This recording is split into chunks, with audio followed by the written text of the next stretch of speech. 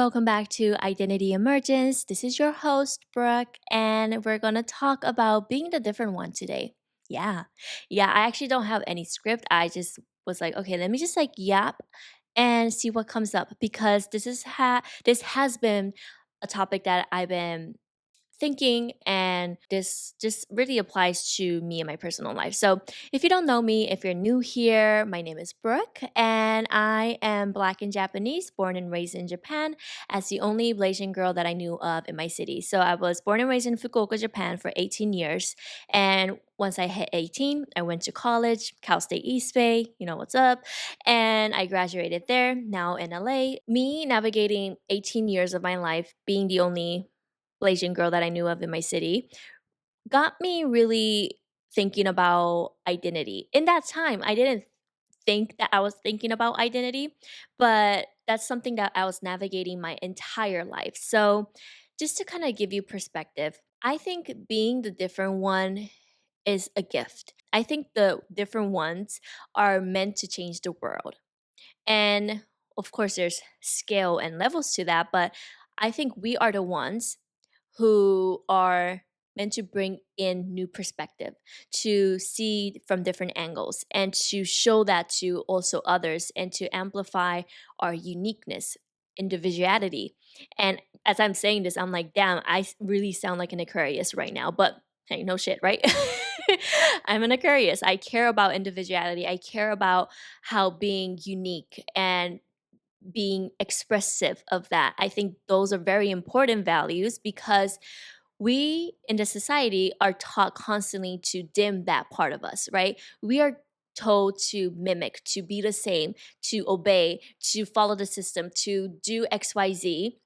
But we're never told to embrace our voice, to embrace who we are, know who you are since the day we were born. Even in Japan, it was so obvious how much of me and my identity was not fully celebrated.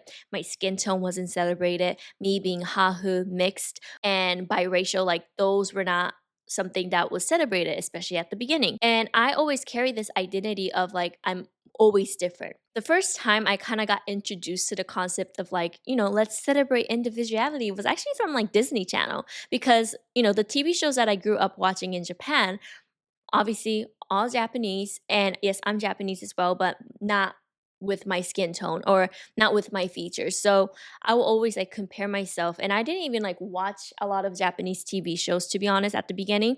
And I straight up went to like Disney Channel because that's where I saw a little bit of my representation there, little bit of me there. And as I'm watching Disney Channel, someone like Selena Gomez, I used to look up to her very much in the past, like when I was in middle school, high school, like that was my idol back then. So she started to introduce this concept of like self love, right? And loving yourself. And that was the first time I ever got introduced to the idea of self love. I'm like, loving yourself in Japan? If you grew up in Japan, I mean, I don't know about now, to be honest, but back then, self love, hello, like very new concept. I never even heard of the idea of loving yourself. And when I first got introduced to that, I was like, instead of trying to fit into a box, I get to actually also embrace who I am. And that was one of my first moments where I was like, I get to actually celebrate me. I get to do that because my whole life, I will hear, not all the time, but sometimes, where people are like, be yourself and be unique, like these messages I do hear. But every time I hear these messages, my instant thought was like, I don't want to fit outside of the box. I want to be inside that goddamn box. Like I want to be the same. I don't want to be unique. I don't want to be different. I want to be the same. And now looking back at why I used to think that as like a little brookie, like an inner child version of me, like elementary school version of me, it was kind of like a survival instinct, right? Like you if you're the out one, you don't feel safe. You just want a space where you feel like you belong. And the easiest way to do that, especially in the environment that I was put in, will be to be the same with others. So that's why I will put on, like, if you know tsubaki abura, which is like a very thick oil in Japan, like a tsubaki oil on my hair, because I didn't like how like fluffy and like fine and very different my hair was from other girl friends that I had back home. Or I would just like try to do, I also remember like when I would go to my grandma's house, I had two girl cousins who lived in the same prefecture as me or city. And I brought this up to my mom and she was like, I don't fully remember. But I remember like calling up my aunt or my cousins and making sure what they're wearing because I could match them. I wanted to make sure my girl cousins, because they're sisters, right?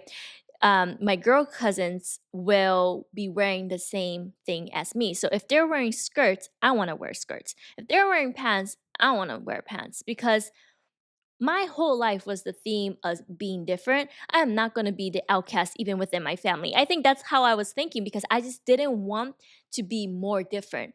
Anywhere I could be the same, I will do that. And that started from like a very young age for me, right? It started from the age of like barely being conscious, like 7 and below.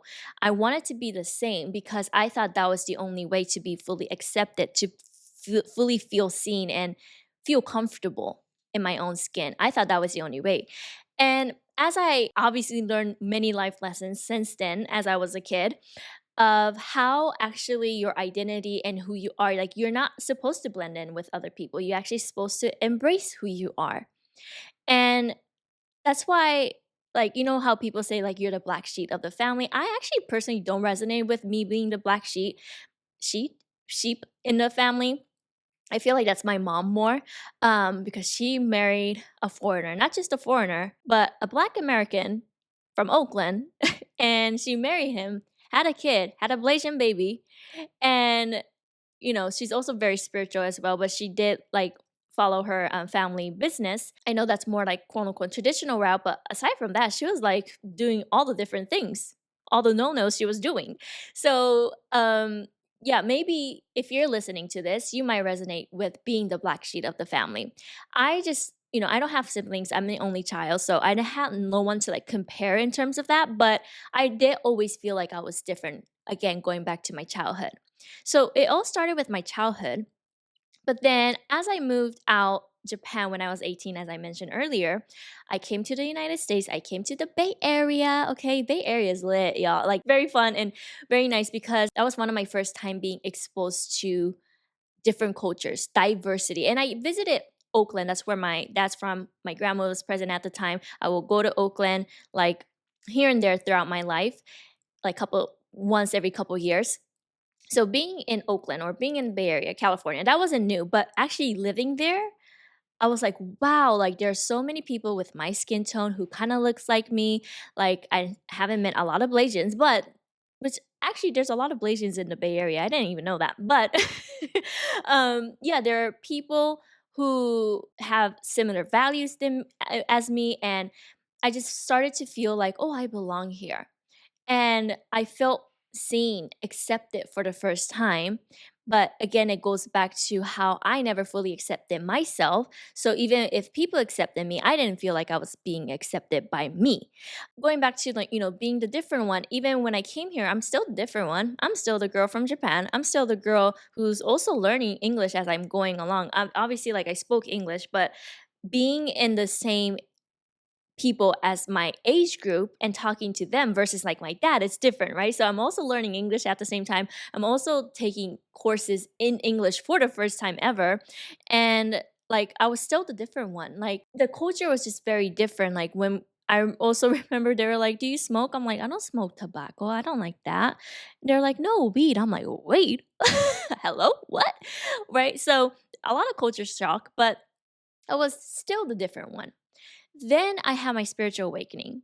And that also made me super duper different one because I felt like there was no one directly near me that understood. Besides my mom, I really didn't go to her at the beginning, but there was no one who really understood the transformation that I was going through, the inner healing that I was going through. And there were some people who understood like manifestation. And I had a friend back then who I would talk to about this too. But I just felt like I was already different, and then now I'm different again here coming to US, and then I'm different again because I'm spiritual and like people like spiritual awakening, I'm like seeing angel numbers and I'm like, well, this is a whole new different, right?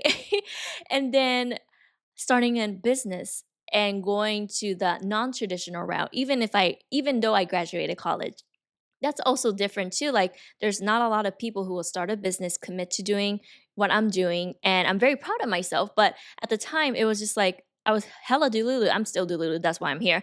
But everything that led up to everything that I mentioned, my journey, was because of me being the different one.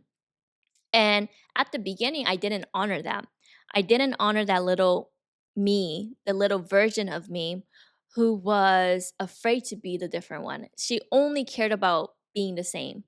And as I got older and older, and I understood this concept of self expression and your individuality and what makes you you and what makes you unique, now I'm all about individuality. I'm all about self expression. I'm all about that. Hence why I'm a stylist and showing people how to honor your personal style. Now I teach women this. And I think because I was such a different one growing up in every stage of my life, I understand what it feels like to belong, wanting to belong, and what it feels like to want a community that you don't even know if there's a space for. And this is also why when I think about my mission and what how I see myself moving forward, again, I mentioned in like one of my podcasts, but I'm creating something for this summer and I'm super excited for it. But I want to focus on the community aspect because like not only am I a Blasian girl from Japan, I'm also someone who's an entrepreneur and a spiritual girl who also loves fashion, right? And there's just a lot of elements of me. Like I'm very multidimensional. I could talk to my bestie about like the universe to talking about human experience and talking about dating life to talking about quantum shifting, right? So there's just a lot of layers in me that is also in you, and we're so multidimensional, but I think we just don't fully allow ourselves to show that. So me being the different one and experiencing the feeling of wanting to fit in and wanting to belong, it was actually a very huge gift because now I get to understand other people who feel that way, other people who are struggling with that, don't know how to self express. Because I went through this journey, now I get to understand and have the tools to show that, okay, you don't have to dim your life. This is how we're going to do that through your style, through your identity shift, everything. And being a different one really is a gift that I didn't think it was until my adult years. Being the black sheep is something you might resonate with, as I mentioned. Being the different one, being the outcast almost. If you ever felt like that before, first, let's grab each other's hand because I feel you, I see you, I literally feel and see you so deeply because it's so unsettling, especially to experience that at a young age. But now, as an adult, this is our superpower. You living your unique life, unique story is a superpower. And I need you to know that because this is something I needed someone to tell me.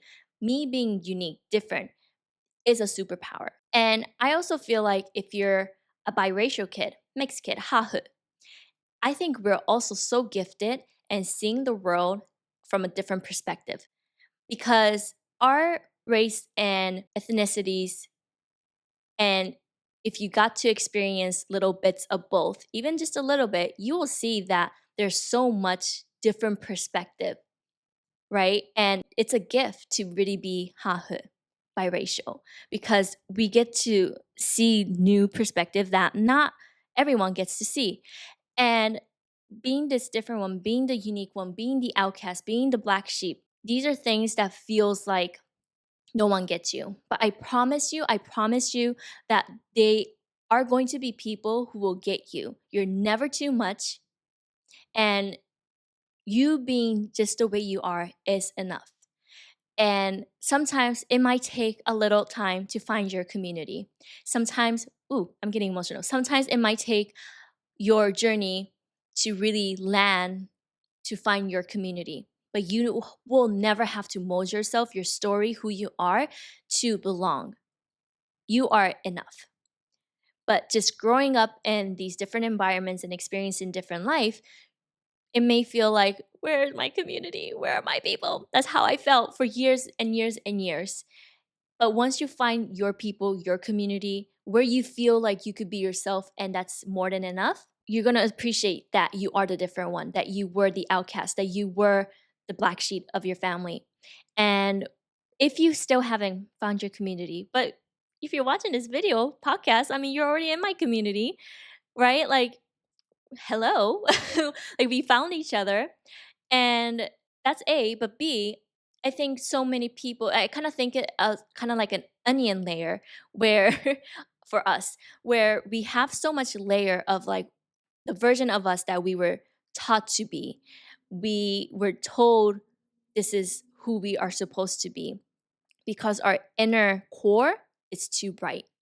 But once you embrace the brightness that you carry within you, your light, and all the multidimensional aspects of you, your people, your community, the things that are meant to come into your life and the things that are aligned for you will come in so quickly and naturally when you stop the force, when you stop faking to becoming someone different. You're different here on earth for a reason, okay? I chose to be Black and Japanese in Fukuoka, Japan. My soul chose that, even though my little inner child was a very insecure girl. Now I'm a confident woman. I have my own business. I'm doing this podcast. I'm talking to the camera. Hello. And not everyone does that. I'm not saying like, look at me. I'm just saying I had ownership on who I am, how different I am, and being okay with that. I kind of also, last thing before I wrap up, one I kind of wanted to share was like Megan Thee Stallion, because Megan Thee Stallion are for a lot of people. It's for the hot girls, the gays and the days, the straight men, the anime people and K-pop. Like she just has so much diversity in her fan group. But she never once shrunk herself, right? She didn't shrink herself to fit in. She embraced all aspects of her, and naturally people who are meant to listen to her, follow her, be a fan of her, be in her community, followed. Like someone who loves K-pop also loves her, right? Someone who also loves anime loves her because she loves anime. She embraced all aspects of her. And this is also where I'm leaning into embracing all aspects of me this year, because I'm not just a stylist, I'm not just doing color analysis, which is a big part of your transformation and your identity shift, but I want to also talk about the inner transformation. I also want to talk about owning your story. I also want to talk about being the different one and being okay, your authenticity, how to be more confident. Like it's just not one aspect that you carry. And if you're listening to this and if you feel like there's a part of you that's shrinking to blend in, to not be the different one because you felt like an outcast growing up, I know the feeling, but once you let that go, all the things that are meant to be in your life will come in so much quicker and faster. So I hope this episode resonated with the different ones, okay? You and me both, okay? We grew up being the different ones for a reason. We have a gift, we have a perspective that not everyone gets to see. And once you embrace all aspects of you, I'm excited to see how much your light gets to shine from the core of your onion. Okay, well, I will talk to you in my next episode. Let me know if this resonated with you. I'm on Instagram at buruan, BURU.ANN.